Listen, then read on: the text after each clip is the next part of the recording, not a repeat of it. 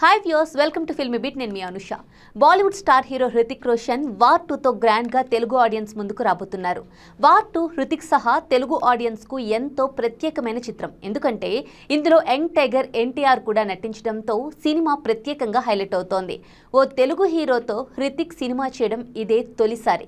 దీంతో హృతిక్ పేరు తెలుగింట పాపులర్గా మారింది.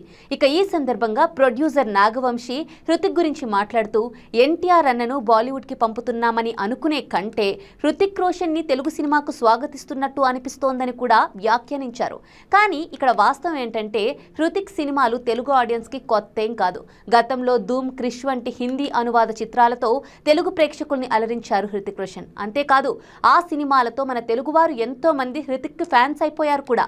అలాగే వార్ 2 అనేది హిందీ చిత్రం, తెలుగులో అనువదించబడింది కాబట్టి ఇది హృతిక్కి తెలుగు డెబ్యూ ఫిల్మ్గా అస్సలు చెప్పలేం. కానీ ఎన్టీఆర్కి ఇది హిందీ డెబ్యూ ఫిల్మ్ అనొచ్చు. ఎన్టీఆర్ కూడా హిందీ ప్రేక్షకులకు పరిచయం అవసరం లేదు. ఎందుకంటే RRR ద్వారా ఎన్టీఆర్ టాలెంట్ బాలీవుడ్కి తెలుసు. అయితే RRR హిందీలో అనువదించబడిన తెలుగు చిత్రం, కానీ war 2 Hindi straight film. So ఈ సినిమా ఎన్టీఆర్కు డెబ్యూ ఫిల్మ్ అవుతుంది. ఇక నాగవంశీ వార్ 2 ప్రీ రిలీజ్ ఈవెంట్లో మాట్లాడుతూ దేవరా కంటే ఈ సినిమా 10 రెట్లు అధికంగా వసూలు చేయాలి, బాలీవుడ్లో కంటే ₹1 ఎక్కువ కలెక్షన్స్ తెలుగులో రావాలని ఎన్టీఆర్ అభిమానులను కోరారు. ఎన్టీఆర్ అన్న మన కోసం చాలాసార్లు తన కాలర్ ఎత్తారు.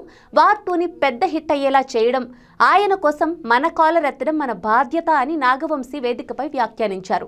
దీనికి నెటిజన్స్ రకరకాలుగా కామెంట్స్ చేస్తున్నారు. అయితే ఒక ప్రొడ్యూసర్గా ఆ మాత్రం అడుక్కోవాలి, తప్పదు అనే వాళ్ళు లేకపోలేదు.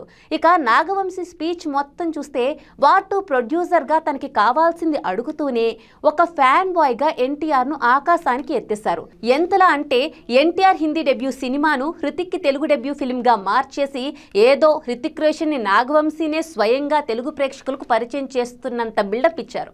అయితే హృతిక్కి తెలుగు అర్థం కాదు కాబట్టి తప్పులేదు.